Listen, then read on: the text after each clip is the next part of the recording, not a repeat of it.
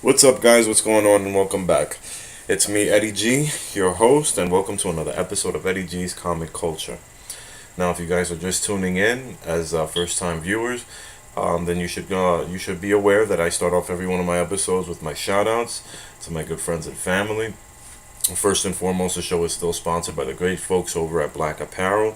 Um, Make sure you guys check out their website, www.blackapparelblk.com. They've got some awesome content as well as some pretty beast merchandise.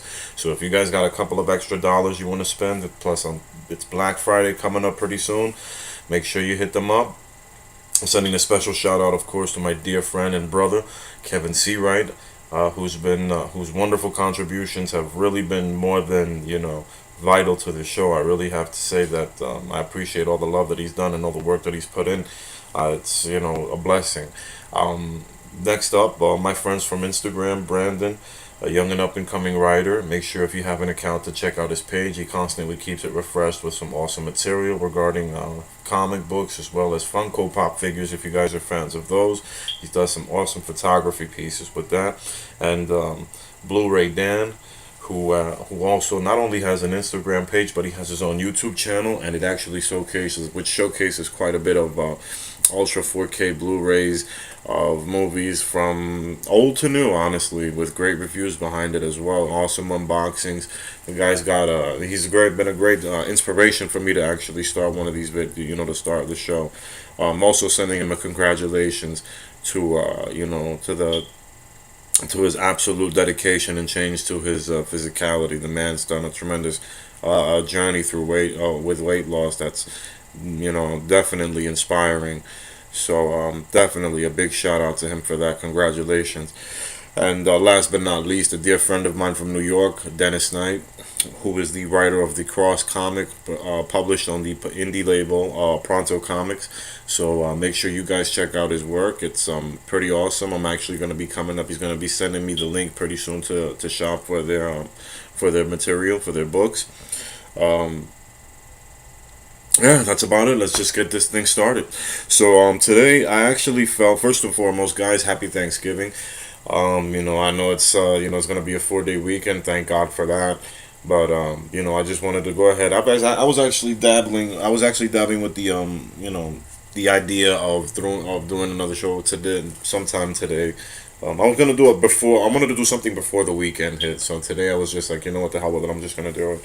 And I wanted to discuss. I'm gonna start off the show today. I want to talk about The Walking Dead. Yep, that show. I know the eighth season has already started. I haven't actually been following for quite some time now. When I get into well, first let me start off by saying I loved the when I first read the comic book. I didn't get to read the whole thing. I got like as far as maybe the 16, the first 17 issues, or if I'm not mistaken, the first 17 to the 20 issues I read. Okay, and as much as it was a really great book, honestly. It was an awesome book. I can't even lie to you guys. I'm not even gonna front. I was hooked when I read it. When I started reading it, the material, the story behind it was just absolutely mind blowing. They managed to capture the feel of a horror movie or a horror, or basically the theme of a horror. Like the tone of the book was just really was just unmatched. And honestly, it engulfs you with the stories that occurred throughout the first 20, just the first, even the first 10 issues. It automatically grips you like that. Like, I don't know about you guys. If you haven't read it, make sure, if you guys have the opportunity, if you have a Comixology account, I guess, see if you can pick up some issues or copies of the issues. But I was definitely a big fan. Unfortunately, at the time, I really couldn't continue with my collection of the book. I actually, because I had a friend of mine, he had the series on a flash drive, and he let me borrow the flash drive, and so I plugged it in and I started. That's how I actually read it. But as at that time, I was already with the books I was collecting. I really couldn't afford any add-ons for more titles on it because I was already pretty much stretching my pocket with what I was already collecting in the bins. So it was really a bummer to say the least that I couldn't actually go ahead and continue that journey. I know it's crazy right about now, as it's probably 120s, 130s right now, if I'm not mistaken. It's somewhere issue. The issues are somewhere along those numbers anyway. But yeah, man, it was actually a really good book. So when the show started, I was actually, I wasn't really too familiar with it. I knew it was a comic book, but I wasn't too familiar with the comic book in itself. And at that time, I was just, I'm a real tough sell when it comes to zombies. It's just basically, I don't know. It's just it doesn't really do much for me. It's they're fun situations if you put them in a game or whatever. It is, it's basically like what Dead Rising. They managed to do that as well, and they give you that experience of how it is to be in like a horror movie, with something similar to the Dawn of the Dead or the Night of the Living Dead.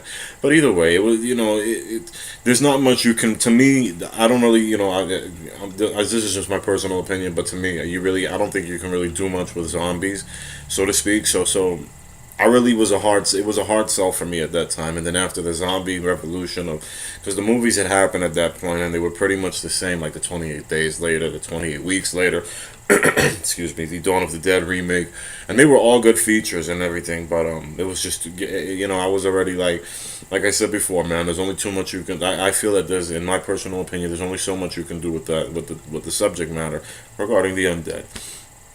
So when I started watching the show, I watched it, I streamed it, and I was actually going through it like this. And the first couple of seasons was pretty was mind blowing. It was pretty. It had me hooked. I'm not even gonna lie, you know.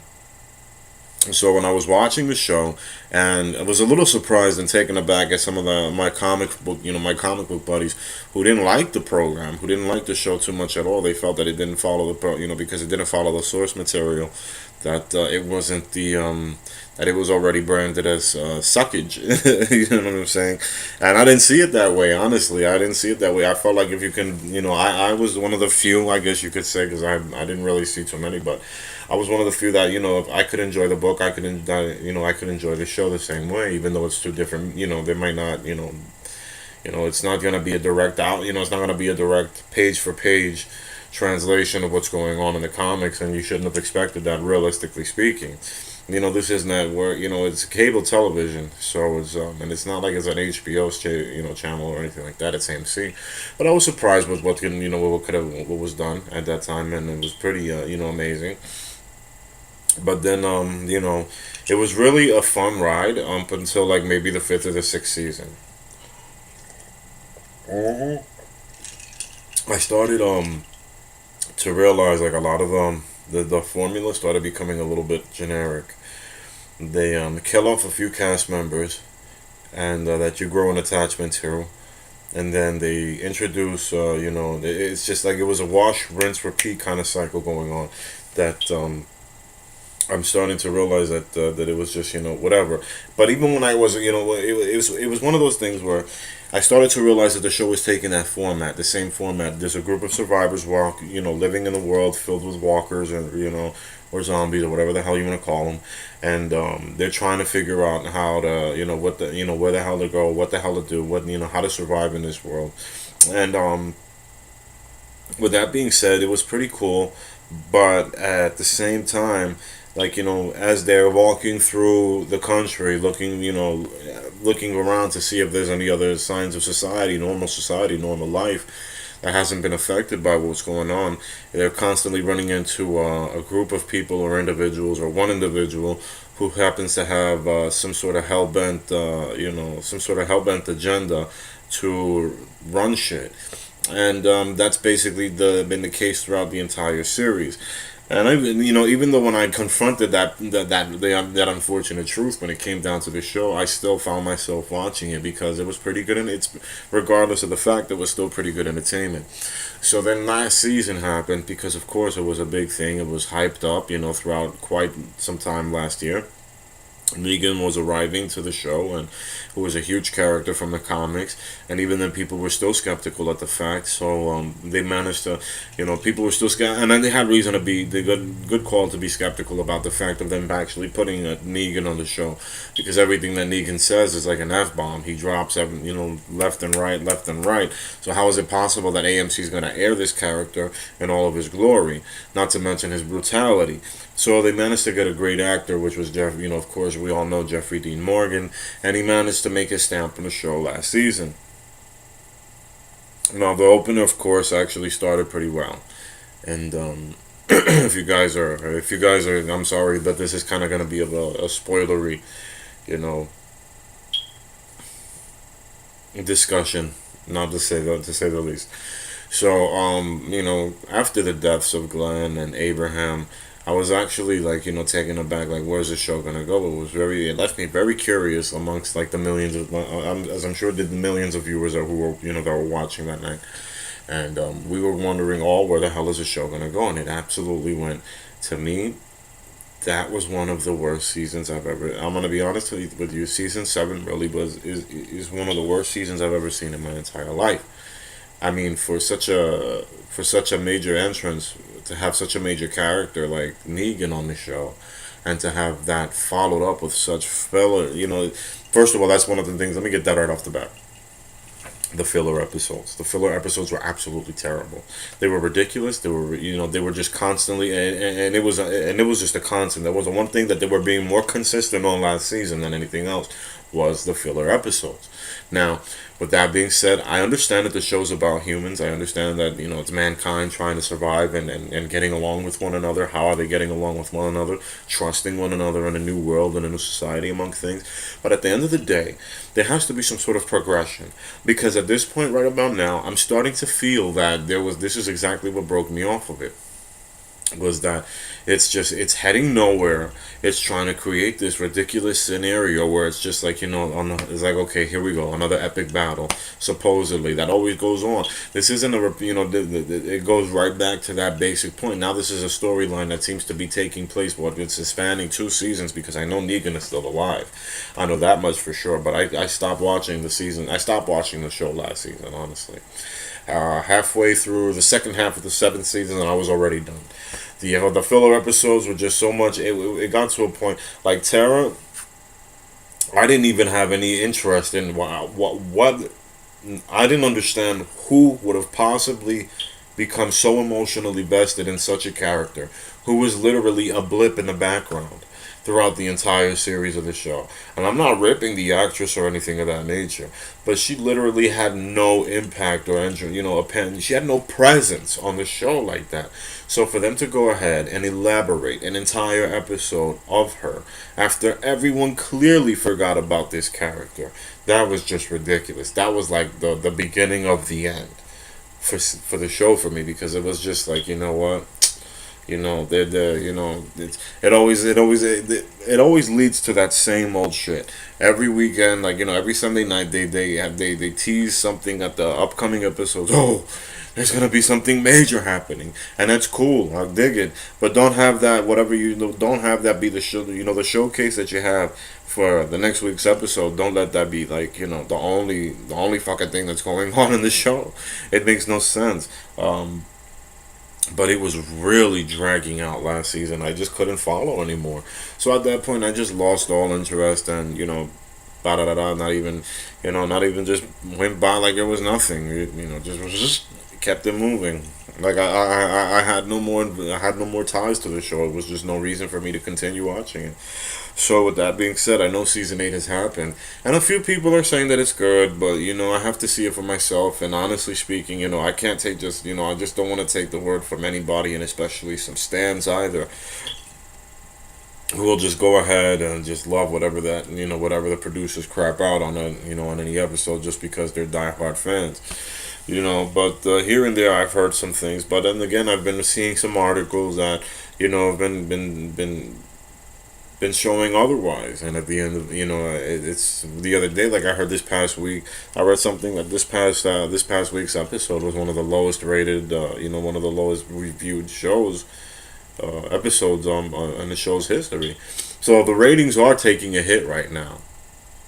The ratings are definitely taking a hit.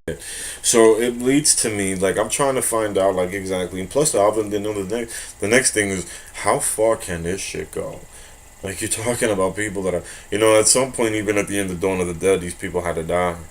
No matter what. If the whole world is infected with this disease, and everybody's is a zombie, wouldn't it just be the natural conclusion to come to, like, hey man, maybe everybody's dead and we need to just fuck it, fend for ourselves here by creating our own little society or God knows what, because I don't see where this is heading off to anymore. Even in the comic books, I can't even say that, like, I have to say the same thing. Like, when is this, what is the end game here? Where is the story gonna go?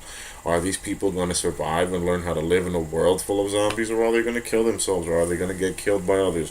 You know, so at that point, it's just like I really don't think that's why I really didn't see myself having that kind of dedication to stick around and finding out how, for however long it will take for them to go ahead and finally wrap that story up to be for that ride. Maybe sometime down in the future, if something interesting happens enough to catch my attention, I might jump back on again. But I hate, and I know it sucks and peeves off a lot of the regular fans, I guess you want to call them the true fans. But I'm sorry, man. My attention span needs to. It's this day, especially these days when I'm working now. Like, my attention is very much so valued. My attention span has to be immersed in something I want, or it's just not gonna work. So, I haven't been keeping up with Walking Dead, and so if you guys definitely have any pointers or whatever the case may be, hit the comment section and let me know, because if it's gonna be worth my time or not, let's have a discussion about that. That's another thing. Is it worth my time for me to get back on that? That whole slow jam with them. It's really and in all honesty, I'm feeling like it's not, but who knows? Maybe that can change. So with that being said. What else was happening this week? What else was happening? Um, well, so far I hear a lot of stuff that fans are petitioning for a Zack Snyder cut of Justice League. Also, for what reason, I have no idea. I have really absolutely no idea. Like, it's not gonna save the movie. It's really not. There's no need to have another director's cut, honestly speaking. It's just stupid. It's not going to save the movie. It wasn't the cut that got the green light from the higher ups to begin with, so I really don't know what the hell we're tap dancing around for. And so many articles are coming up on so many websites. Oh, what's Warner Brothers going to do now? Oh, Justice League doesn't seem to be doing so prominently, so well at the domestic box office. Oh, well, you know what? They have no choice. They have to take. This was the L that WB was going to have to take, that was going to hurt the most to swallow, because they knew from the beginning they had the signs of the ship actually being a little wobbly from when it took off with Man of Steel, having the wrong people in charge of the ship. You know what I'm saying? Now that they had to shuffle some shit around and put different, and reassign people into different roles. Now everything is just, it seems like it's looking better now, because considering they got Matt Reeves doing the Batman, Sandberg is taking flight with Shazam pretty soon, Aquaman just finished filming, they're hard at work with Wonder Woman 2. Hopefully they got something going on with Man of Steel 2. Suicide Squad 2 is also pretty much on deck to get filmed. So at this point, it's just a waiting game to see what's going to happen, because the Infinity War is dropping, and at that point, what's going to happen is just the MCU is just going to evolve and even further, whereas the DC cinematic universe seems to be faltering its way to the to higher ground. So but I really do not want to see a Zack Snyder cut of the Justice League. I'm gonna be that one. I'll be that dude. And if you guys want to hate me for it, then by all means, I'm sorry. Hate me for it, but I don't want to see that shit. Dawn of Justice was terrible. Suicide Squad was even worse. All influenced by this idiot. You know what I'm saying? Like, it was just not the right way to go. I'm sorry. You guys don't like my opinion, but I really don't like this. I really don't think that Snyder was a good person or at all. He wasn't a great choice at all for this universe, to headline this universe. And I've said it before, and I'll continue to say it again. He was the problem. Now that he's out of the picture, I'm more and more curious and intrigued to see what's going to happen next. But with that being said, it's all just a question of time, really. So, you know I started also reading Aquaman Rebirth. I forgot what issue number that was. I know it was in the 20s already somewhere. Shit, but yeah, I started reading the Aquaman. It seems like apparently he's no longer the king of Atlantis. Spoiler alert! I hate that I'm sorry for it not. If you guys are but it seems like he's coming to grips with that reality at this point.